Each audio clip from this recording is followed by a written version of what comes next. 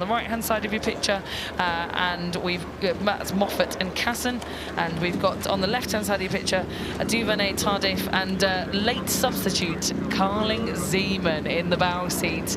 I'm excited to see how these match up, Greg. Yeah, fantastic race coming up. These two crews are in disguise, really. But on the left, yeah, this is the Canadian heavyweight combination on the left, the Canadian lightweight combination on the right. So 57 kilos for the athletes on the right. And they will love, and they say it in their bio, they love to put themselves up against the heavies. And let's see how they go. This is the Stonor Challenge Trophy here. The Canadians going head-to-head. The lighties, Moffatt and Casson on the right-hand side of your picture, and Duvernay-Tardif and Zeeman here on your screen. And it's in fact Carling Zeeman in the stroke seat here of this crew as they motor away from us. And this is a really interesting matchup here, Greg, because from what I've heard, the lightweights have been beating the open weights during training, but with late addition, Carling Zeeman, who raced the single scull for the majority of last season, really strong athlete, this could be an entirely different race. Yeah, let's see how it goes. And we've got the lightweights taking an early lead here. They're a very good combination. They were 7th in the World Championships in the lightweight double last year, so they know what they're doing, and they'll be delighted that the wind has dropped a little bit. It's not that strong headwind we had earlier on today, which usually favours the heavier athletes. These calmer conditions will be better for this lightweight combination, and you can see them moving out here to about half a length.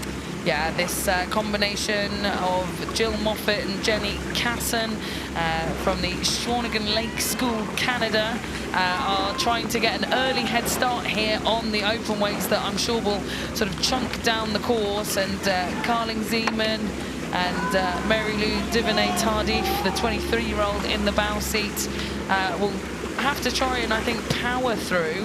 The lighties have really sprinted off the start, and it's going to be all about that mid-race pace here, I think, for this combination.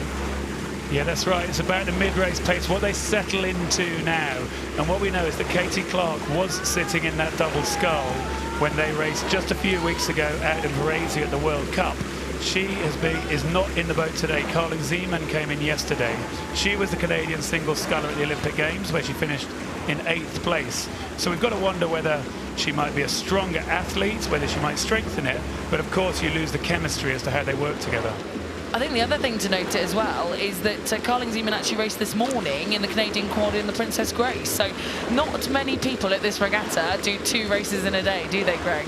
Yeah, it's a big ask to be doubling up, to be doing more than one event. So yeah, Carling Zeeman's face there we see in the centre of our picture, backed up in the bow seat, and you can see them just moving really well together. I can't help thinking Carling Zeeman's always been known for her finish, hasn't she? She's always really been known for that last quarter.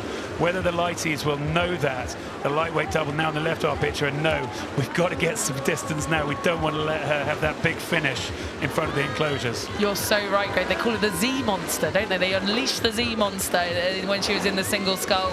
I'm sure, you know, they'll be thinking about how they can unleash that spirit. But we're looking at the lightweights here. This is Moffatt in the bow seat, Casson in the stroke seat. These guys, they're real fighters from what I know. Their coach, Jeremy Ivey, I was speaking to him earlier. He was like, they are such fighters. They are so strong in the head, and they will really take it to their Canadian teammates. Well, taking it to their Canadian teammates they are, and I'm sure they're strong in the head. I'm sure they know what they're doing. They're really determined. They've got out and they're trying to open this gap, trying to get some clear water there. I think they've even let themselves just drift off their station enough to try to disturb the heavyweight doubles. Not so much they get warned to go back, but just enough so their bow wave might just put a little bit of disturbance onto that combination behind them in the heavy double, which we know is not necessarily going to be so well drilled, not necessarily so well able to handle difficult conditions.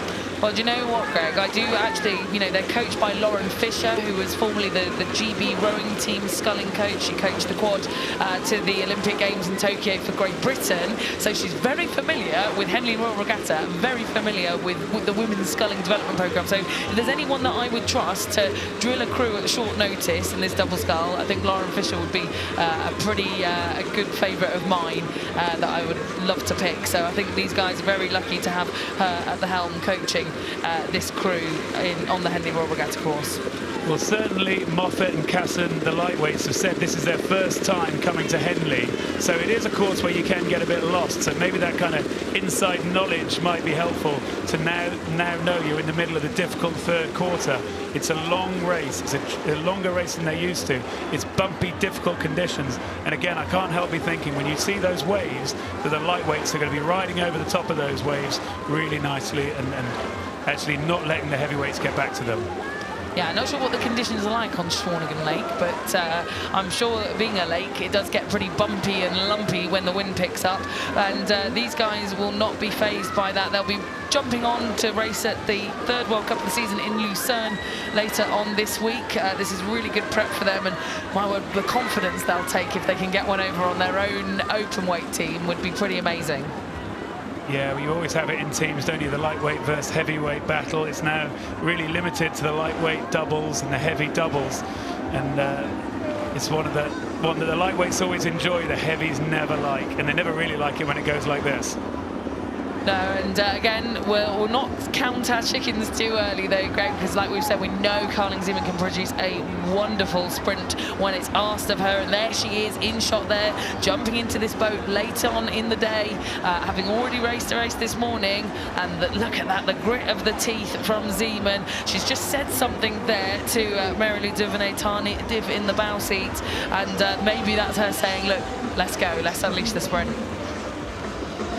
Well, she'll be trying to make her voice heard. She'll be trying to make it heard to get that boat moving, but they're coming now towards the enclosures, and the enclosure, the moment when you usually will pick things up. They'll hear the music in their ears, probably from the buildings, the clubs, before they get to those enclosures, and now they know there's a good crowd there, and it's time to start picking it up.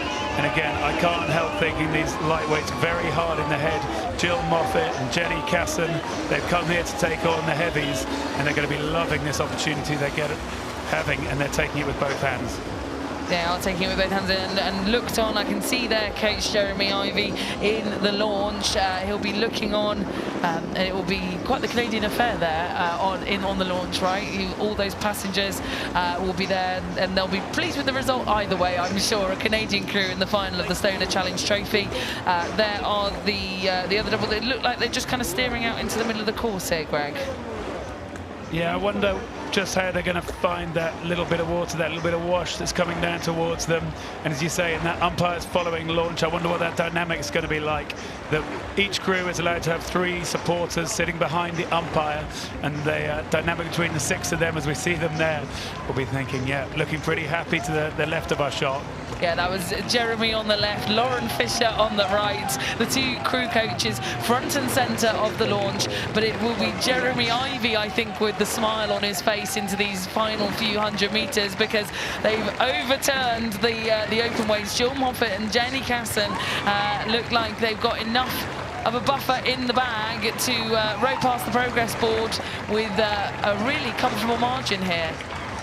Yeah, great sculling from this lightweight double scull coming down. Here we go, they're going to take the line and take the win.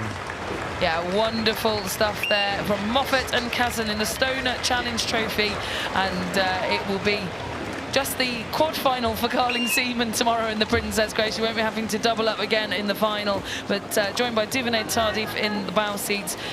They will have to support their Canadian compatriots in the final of the Stonor Challenge Trophy tomorrow. But a wonderfully, wonderful display of sculling there from 2 high-level, high-caliber international crews.